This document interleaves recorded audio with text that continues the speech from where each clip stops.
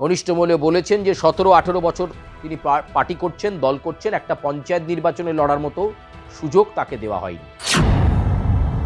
যদি না দেয়, অর্থাৎ এই নেগেটিভিটিটা নিয়ে শুরু হোক, যদি না দেয় তাহলে কিন্তু রিঙ্কু মজুমদার এবার নির্দল প্রার্থী হিসাবে লড়াই করতে পারেন।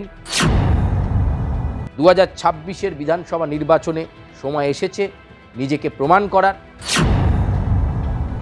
নমস্কার, আমি সুচারু। আজকে দাদা দিদির রাজনীতির এই প্ল্যাটফর্মে স্বাগত জানাই। আপনাদের কাছে খুব চর্চিত এই প্ল্যাটফর্ম। আপনারা যেভাবে আমাদের প্রতিবেদনে আপনাদের মন্তব্য করে আমাদের প্রতিবেদনকে আরও প্রতিভাত করে তুলেছেন, আরও সজীব করে তুলেছেন, তার জন্য অশেষ ধন্যবাদ দর্শক।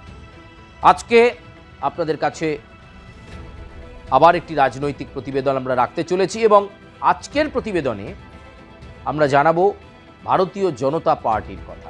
আপনারা জানেন যে বিজেপির প্রাক্তন রাজ্য সভাপতি, বিজেপির প্রাক্তন কেন্দ্রীয় নেতা, প্রাক্তন সাংসদ, প্রাক্তন বিধায়ক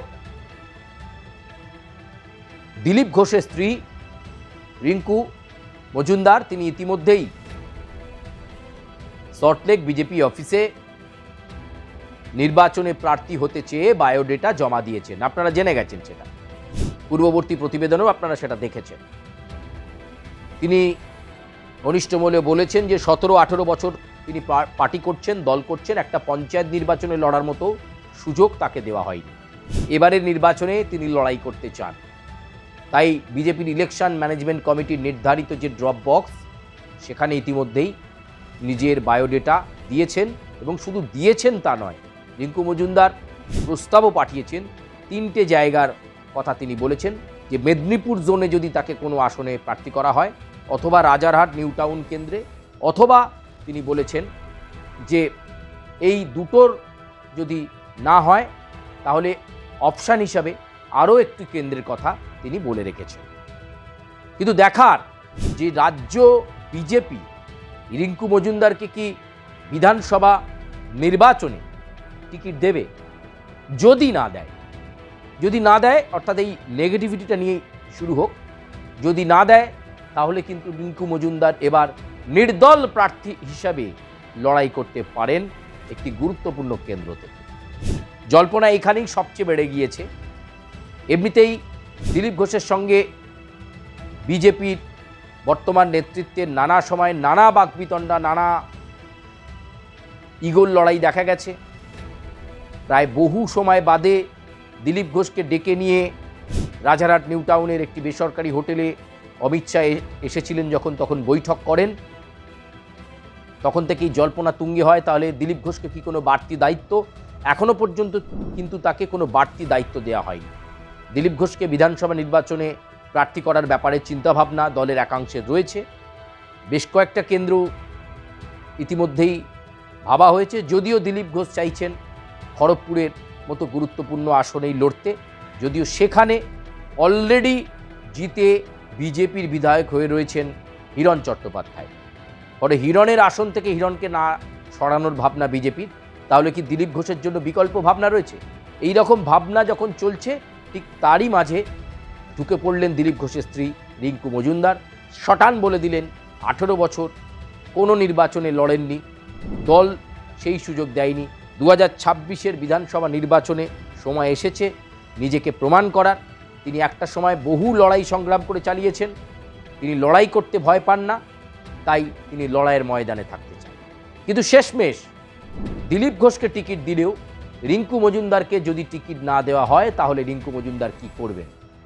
বরিষ্ঠ সূত্রে তিনি জানিয়েছেন তিনি এবার নির্দল প্রার্থী হিসেবে দাঁড়িয়ে গিয়ে অনেক কিছু প্রমাণ করার চেষ্টা করবেন। কিন্তু কোন কেন্দ্র থেকে তিনি দাঁড়াবেন সেটা এখনও খোলসে করেননি। তবে বলেছেন রাজ্যের যে কোনো গুরুত্বপূর্ণ কেন্দ্র থেকে নির্দল প্রার্থী হিসাবে রিঙ্কু মজুমদার এবার বিধানসভা নির্বাচনে প্রার্থী হতে চলেছেন। যদি ভারতীয় জনতা পার্টি টিকিট দেয় তাহলে নির্দলে লড়ার কোনো প্রশ্ন আসছে না, কিন্তু যদি টিকিট না দেওয়া হয় তাহলে তিনি নির্দলে লড়বেন।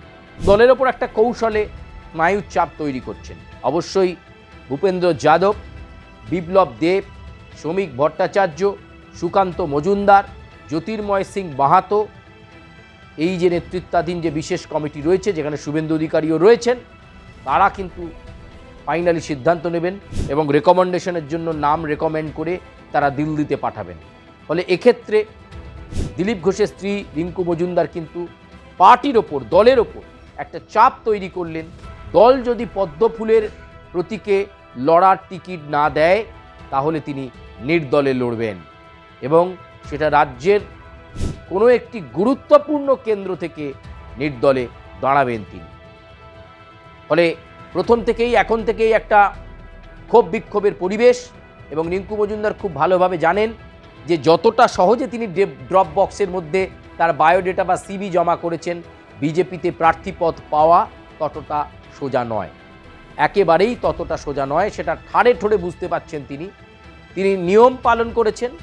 তিনি দেখতে চাইছেন যে ড্রপ বক্স থেকে প্রার্থী বাছাই হয় কিনা, বা তাকে ডেকে দলের ইলেকশন ম্যানেজমেন্ট যে কমিটি বিজেপির রয়েছে তারা তাকে নিয়ে বৈঠকে বসে কিনা সেটা দেখার।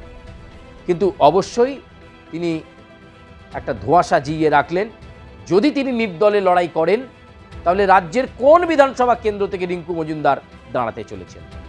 আপনাদের কি মনে হয়? আপনারা আপনাদের সুচিন্তিত মতামত আমাদের দাদা দিদির রাজনীতির প্ল্যাটফর্মে জানাবেন, লাইক করবেন, সাবস্ক্রাইব করবেন, বেল আইকনে প্রেস করবেন এবং অবশ্যই দাদা দিদির রাজনীতিতে আর কি ধরনের খবর আপনারা শুনতে চাইছেন আপনাদের সুচিন্তিত মতামত আমাদের কাছে ব্যক্ত করবেন। ধন্যবাদ।